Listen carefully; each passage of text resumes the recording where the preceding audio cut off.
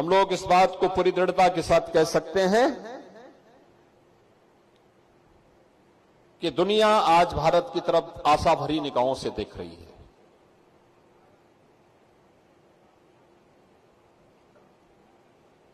शांति के लिए, सुरक्षा के लिए, सौहार्द के लिए।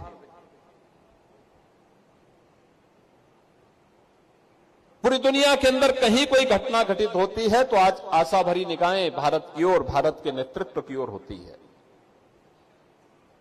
भारत की मजबूती के लिए, भारत को सशक्त बनाने के लिए हम सबके प्रयास भी वहीं से आगे बढ़ने चाहिए, उसी गति से आगे बढ़ने चाहिए। और जब भी दुनिया के अंदर शांति और सौहार्द की बात होगी, प्रत्येक नागरिक के सुख और समृद्धि की बात होगी, तो रास्ता भारत की ओर से ही जाएगा, भारत के गुरुकुलों से ही जाएगा,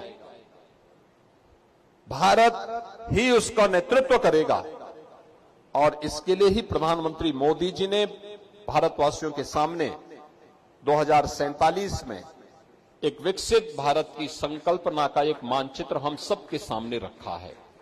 विकसित भारत हर एक दिशा से विकसित होना चाहिए, केवल भौतिक दृष्टि से ही नहीं, आध्यात्मिक और सांस्कृतिक दृष्टि से भी। और इसलिए नागरिक कर्तव्य इसमें सबसे बड़ी भूमिका का निर्वहन करेगा।